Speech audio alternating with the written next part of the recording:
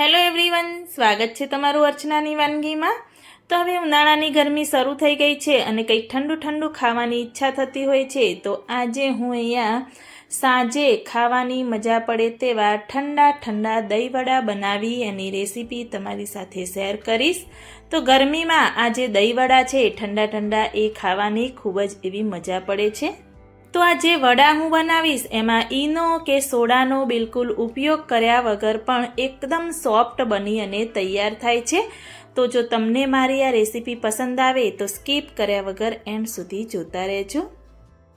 તો દહીંવડા બનાવવા માટે મેં અહીંયા 2 દાળનો ઉપયોગ કર્યો છે। તો આ જે બાઉલમાં છે એ મેં અડદની દાળ લઈ લીધી છે અને આ દાળને સરસ એવી ધોઈ મેં અહીંયા 6 થી 7 કલાક પહેલાં પલાળીને રાખી હતી। એટલે તમારે પણ જ્યારે પણ દહીંવડા બનાવવા હોય તે દાળને 6 થી 7 કલાક પહેલાં પલાળીને રાખવાની। એ જ રીતે મેં એ જ માપના પ્રમાણે મગની દાળ પણ પલાળીને રાખી દીધી છે।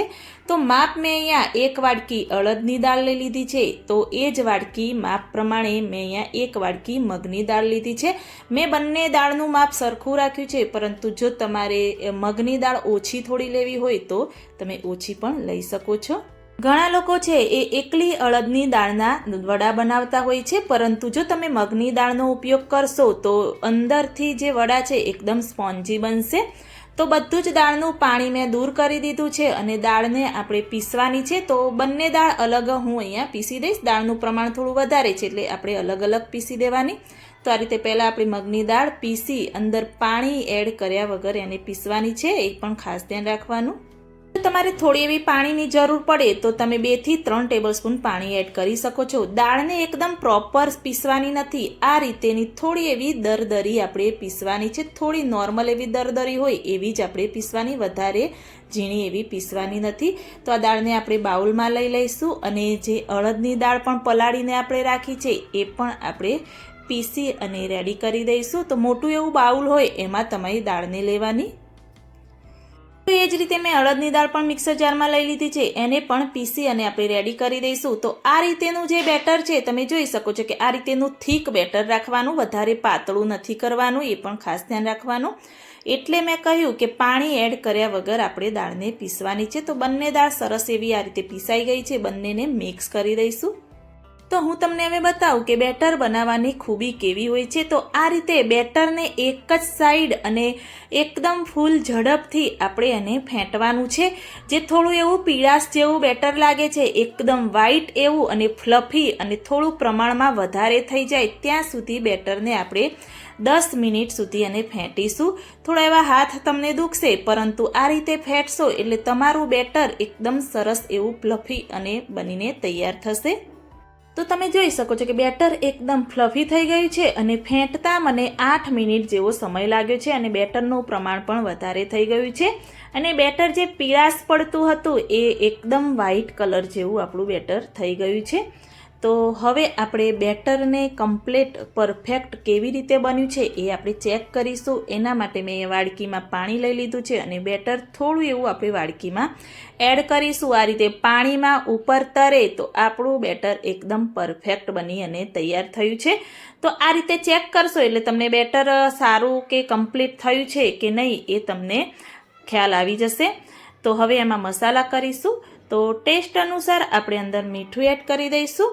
મેં અહીંયા 2 લીલા મરચાં ઝીણા એવા કટ કરીને રાખ્યા છે એ અંદર એડ કરીશું। થોડું એવું આદું છીણીને અંદર એડ કરી દઈશું। ઘણા લોકો એકલા મીઠાનો ઉપયોગ કરી અને વડા ઉતારતા હોય છે, પરંતુ જો તમે આ રીતે લીલા મરચાં અને આદુનો અંદર ઉપયોગ કરશો તો વડા પણ એકદમ ટેસ્ટી લાગે છે।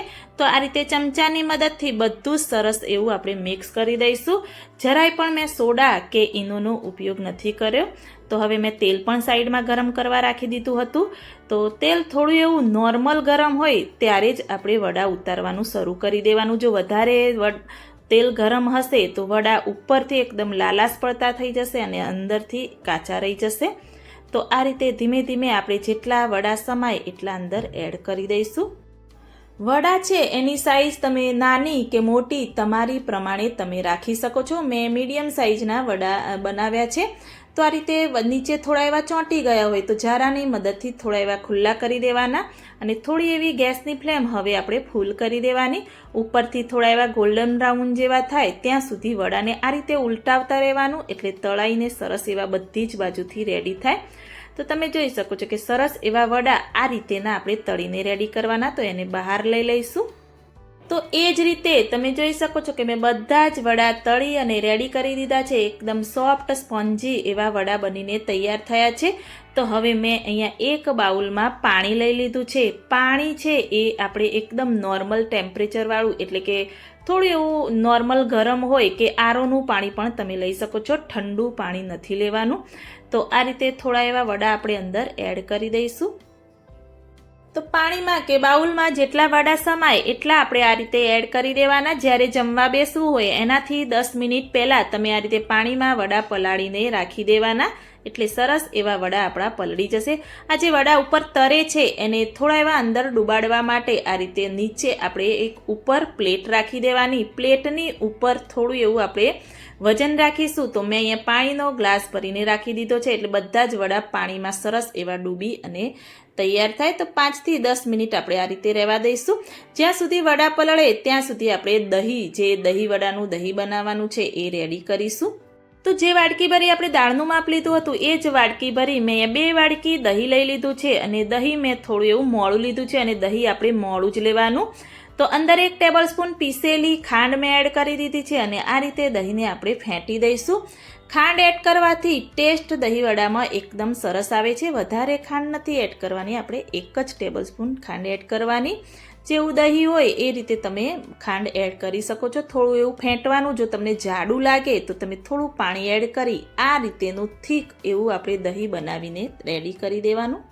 તો દહીંમાં વધારે પાણી એડ નથી કરવાનું, એ ખાસ ધ્યાન રાખવાનું. અને દહીંને હવે આપણે સાઈડમાં રાખી અને વડા જે પલાળ્યા હતા એ આપણે ચેક કરી લઈશું. તો તમે જોઈ શકો છો કે વડા પાણીમાં પલળી અને થોડા એવા મોટા પણ થઈ ગયા છે, અને વડા સરસ એવા પલળી અને રેડી થઈ ગયા છે. આ રીતે હાથ વડે તમે દબાવશો એટલે વડામાંથી બધું જ પાણી સરસ એવું નીકળી જશે.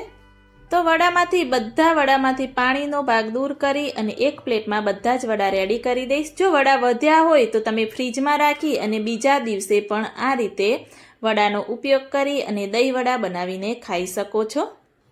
તો ગરમીમાં ઠંડા ઠંડા દહીં વડા ખાવાની ખૂબ જ મજા પડે છે. તો તમે પણ એકવાર ચોક્કસથી ટ્રાય કરજો. તો આ રીતે મેં બધા જ વડા પાણી દૂર કરી રેડી કર્યા. તો હવે એક પ્લેટ બનાવીને હું તમને બતાવીશ.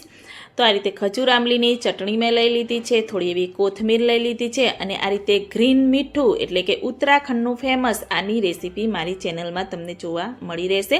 તો એનો પણ આપણે ઉપયોગ કરીશું. તો આ જે મીઠું છે એ તમે પરાઠા કે આ રીતે દહીંવડા કે કોઈ ચવાણામાં પણ ઉપયોગ કરી શકો છો.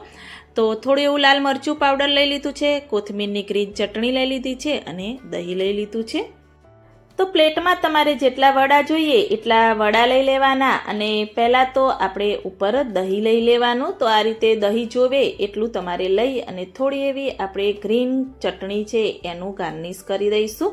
ગ્રીન ચટણીથી દહીં વડામાં ટેસ્ટ એકદમ અલગ આવે છે અને સરસ એવો ટેસ્ટ આવે છે.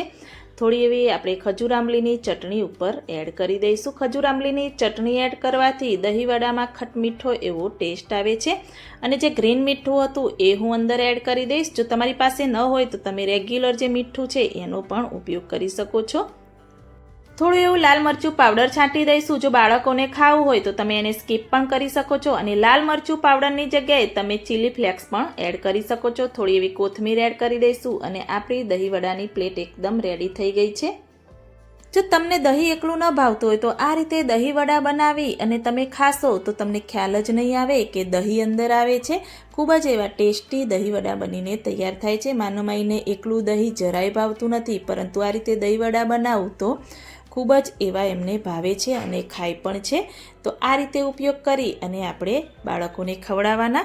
તો જો તમને પણ મારી આ રેસીપી સારી લાગે તો મારી ચેનલને લાઇક, શેર, કમેન્ટ કરજો. મળીએ કોઈ એક નવા વિડીયો સાથે, નવી માહિતી સાથે. ત્યાં સુધી બાય બાય.